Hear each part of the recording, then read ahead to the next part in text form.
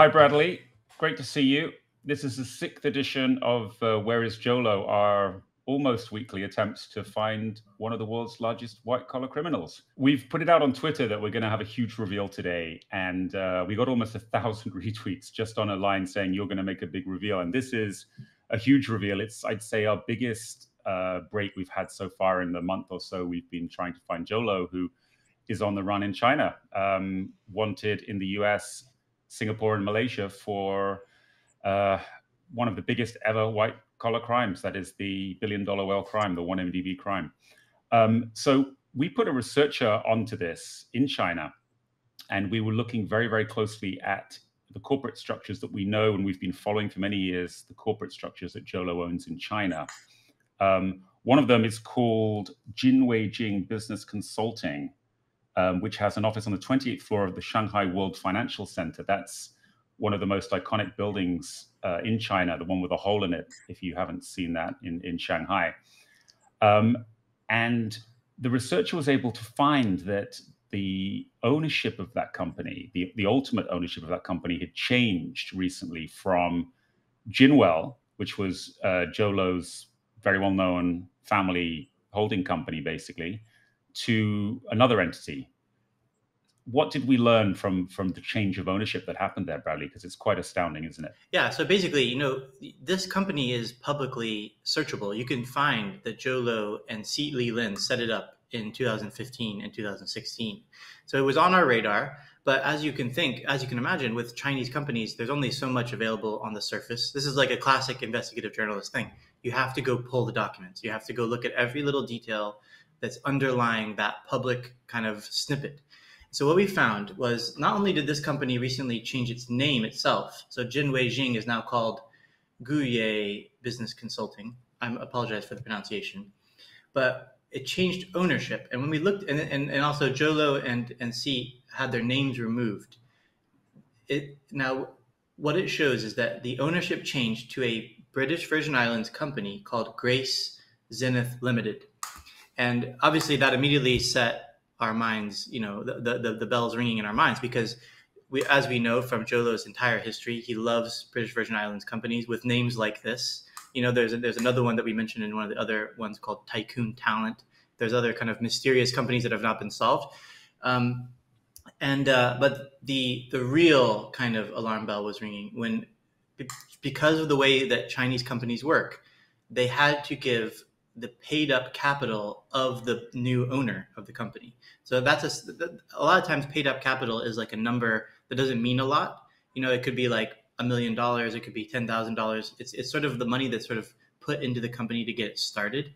So, but according to this document in China, the paid up capital of the subscribed capital contribution of Guye Business Consulting's new owner, Grace Zenith Limited, is $333 million US. It's very rare to see something like this. This suggests to us that this is a major, one of the major places where Jho Low has money that originates from 1MDB. So it ended up in a new British Virgin Islands company and all the documents we've seen suggests that it's still operating and that it potentially owns other companies too. One of the other interesting details in the Chinese records is it has a contact for this company who we're going to reach out to today. And the email address is @gracezenith.com. That also feels like a very Jho Low thing to me. He's got people working for him who are sending emails out on behalf of that entity. And so now we want to know, what's this entity doing? What's Grace Zenith own in the world? And what is this consulting company doing? And in this office, is Jho Low like literally showing up to work every day and in the Shanghai, this famous tower, and getting the elevator upstairs?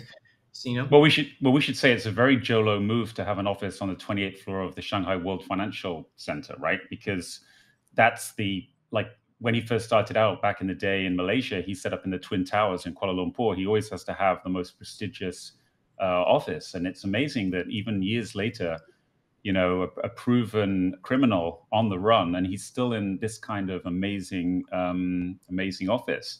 And not only has he got a 28th floor office in that financial center, he's also that company is owned by a British Virgin Island company with, what is it, $333 million in subscribed capital.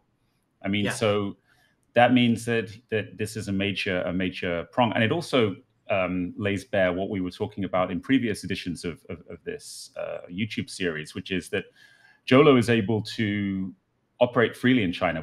Last week we reported that a very good source in China has told us that he's able to move around unimpeded basically there, and this is even more evidence of that, right? Because he's supposedly able to just go into this financial center in Shanghai and have an office there. And we're going to, as Bradley said, we're going to email the person whose name we found in public documents connected to Grace Zenith, the parent company of Jho Low's company in China, in that building, and we'll see where we get. I mean, what do you expect, Bradley, from that person? I wouldn't expect too much. Something that we learned in reporting on this case is you always pull every document and you always contact every person, because unexpected things happen, and even with BVI documents, we're going to share all these documents on Twitter. People can look at the original database materials. But I remember even when we were trying to track down whether or not 1MDB money funded Wolf of Wall Street, we pulled the documents from a BVI company and it showed that there was a debt attached for the Wolf of Wall Street. So you never know what's going to happen when you pull these records. Yeah. It doesn't cost that much money, and it's worth doing every single time. I feel like we're really on the hunt now for these global assets of Jho Low. We have some other incredible tips that we can't start showing just yet because we want to get a little bit further on the reporting of it. But I'm feeling very energized, by some of these discoveries, because this has been the big question. Where is the money? Where did it go? Well, maybe this is where $333 million went, and maybe there's more companies. Maybe we're going to start finding a kind of cascade of connections, to other companies. Now, if you were Malaysia, the Malaysian government, and you weren't full of cronies of Jho Low, which seems to be the case, you would be pretty optimistic, but you would find this news pretty optimistic, right? You'd be able to think, okay, now I'm trying to get the money back for my country. This is another lead for the authorities to go after this cash. But nothing's happening, as we also reported in earlier editions, because the Malaysian government is full of people who have ties to Malaysia, to Jho Low, sorry, and have been unwilling to really press this issue with China. And so, yeah, I mean, I think this attempt that we're on to try to find out where the money is has helped. It's helped to make this a bigger issue in Malaysia, but you really don't see a lot of talk about it beyond what we're doing in a few newspapers. The government itself is not really on it. The other question is, there's all these companies who are associated with Grace Zenith, right? There's trustees. There's the New Haven Trustees, BVI Limited. There's something called Vistra that was involved in the setup.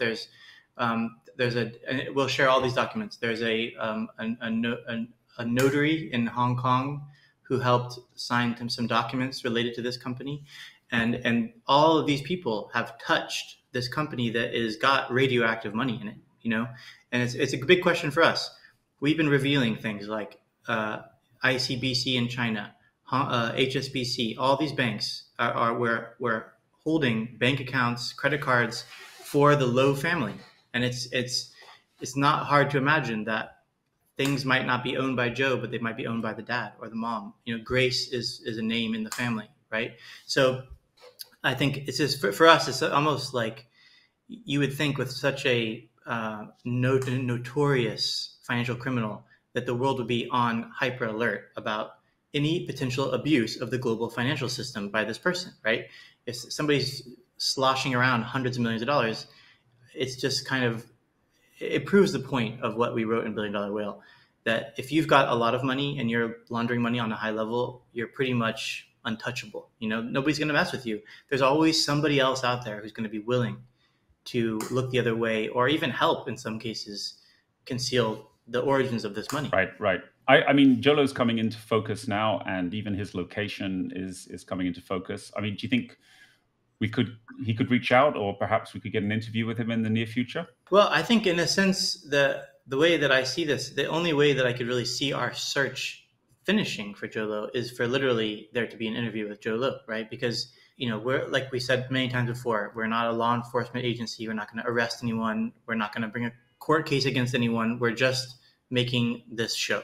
But the real answer for us at the end of it, the thing at the end of the tunnel, would be interviewing Jho Low, sitting down on video, preferably, and hearing him out. Maybe he's got some interesting things to say that we haven't even thought of or we haven't heard of. Maybe he has some perspectives on what's happened on Najib, on Rosma, all these things. I'm not saying that we're just going to take everything he says at face value, but we will definitely give him a fair shot to explain himself and take the chance to, in a way, persuade a lot of people in the world who think something about him. Give him a chance. We're open to that. All right, Jho Low, we know you're watching, so get in touch. And for all of you others who have things you might want to say to us or anonymous tips, it's what's the email? projectbrazen@protonmail.com. projectbrazen@protonmail.com. And we'll be back next week with another edition of Where is Jho Low? The Hunt for Jho Low. So stay tuned.